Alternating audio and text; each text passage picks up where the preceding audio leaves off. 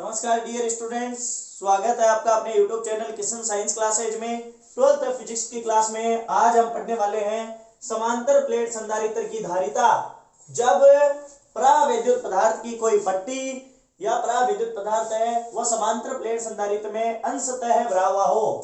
जैसा कि हम जानते हैं कि समांतर प्लेट संधारित्र यानी कि दो समान आकार की प्लेटें जब आमने सामने रखी गई हो और इसके बीच में मान लेता हूं मैं कोई परावैद्युत पदार्थ एप्सिलॉन आर परावैद्युत पदार्थ की कोई पट्टी है जो टी मोटाई की पट्टी है, वो इसके बीच में रख देते हैं तो इसकी धारिता पर क्या प्रभाव पड़ता है। जहां जो अपने पास में संधारित्र की मोटाई है या प्लेटों के मध्य की दूरी डी है, तो देखिए लिख सकते हैं अपन माना कि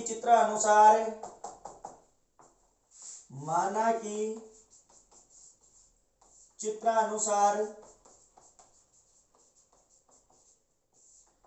किसी समांतर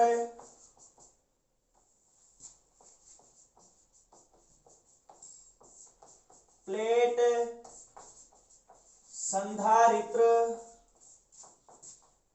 के मध्य कोई टी मोटाई व एप्सिलॉन आर परावैद्युतांक की पट्टी रखी हुई है।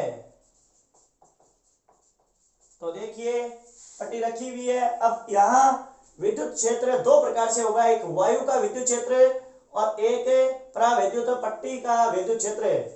तो यहां लिख सकते हैं तब यहां दो स्थान अर्थात वायु व परावैद्युत पट्टी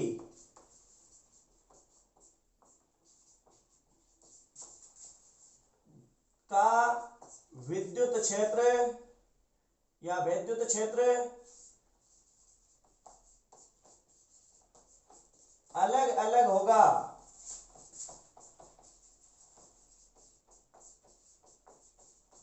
अब देखिए यदि मैं मान लेता हूं वायु का या वायु में विद्युत क्षेत्र E1 है, तो E1 मान लेते हैं। अपन जानते हैं सिग्मा अपॉन एप्सिलॉन नॉट वायु में, या मैं लिख सकता हूं E1 is equal to Q upon A epsilon naught. समीकरण दे सकता हूं एक।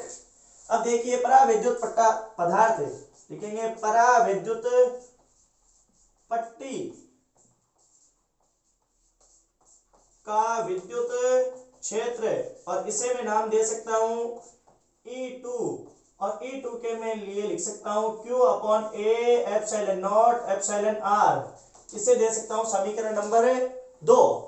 अब देखिए मैं लिख सकता हूं विभवांतर की परिभाषा से, लिखेंगे विभवांतर की परिभाषा से। तो आप जानते हैं विभवांतर क्या था भाई, V बराबर होता है ED, और अपन लिख सकते हैं V बराबर हो सकता है V1 प्लस V2, यानी कि V is equal to E1 का मान पहले रख लेते हैं। तो E1 के लिए Q upon A epsilon not, तो हो जाएगा Q upon A epsilon naught.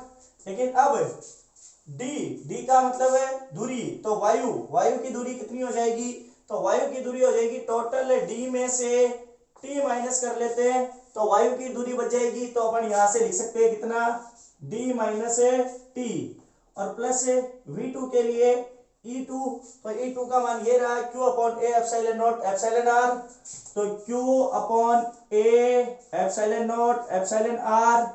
और अब देखिए यहाँ ये T क्योंकि परावैद्युत माध्यम है तो ये लिख दिया अपन ने T, ये आ गया अपने पास में V। अब लिख सकते हैं अपन धारिता की परिभाषा से, या धारिता C बराबर अपन ने पढ़ रखा है Q अपॉन V। तो इस पूरे V का मान मैं यहां रख देता हूं। तो देखिए C is equal to Q upon V, तो v में हमने कॉमन में ले लिया, q upon A epsilon not common में आ जाएगा, तो q upon A epsilon not तो कॉमन में आया हुआ है, बचा क्या d माइनस टी, तो d माइनस टी और बीच में निशान प्लस है और बचा हुआ कितना है t अपॉन एप्सिलॉन है, तो यहाँ हो जाएगा t अपॉन एप्सिलॉन r। अब देखिए q से q कैंसिल और ये चला जाएगा आपके पास में a एप्सिलॉन नॉट ऊपर, तो c इज इक्वल टू मैं लिख सकता हूं a epsilon not upon d minus, और मैं देखो दोनों जगह से t क्या ले लेता हूं भाई, कॉमन में ले लेता हूं, तो यहां से आ जाएगा कितना अपने पास में, देखो t मैंने कॉमन में ले लिया माइनस, तो मैंने यहाँ आ जाएगा मेरे पास में 1 और यहाँ माइनस है, यहाँ आ जाएगा 1 अपॉन एप्सिलॉन r और वापस मल्टीप्लाई करेंगे तो माइनस टी और माइनस माइनस प्लस, ठीक है।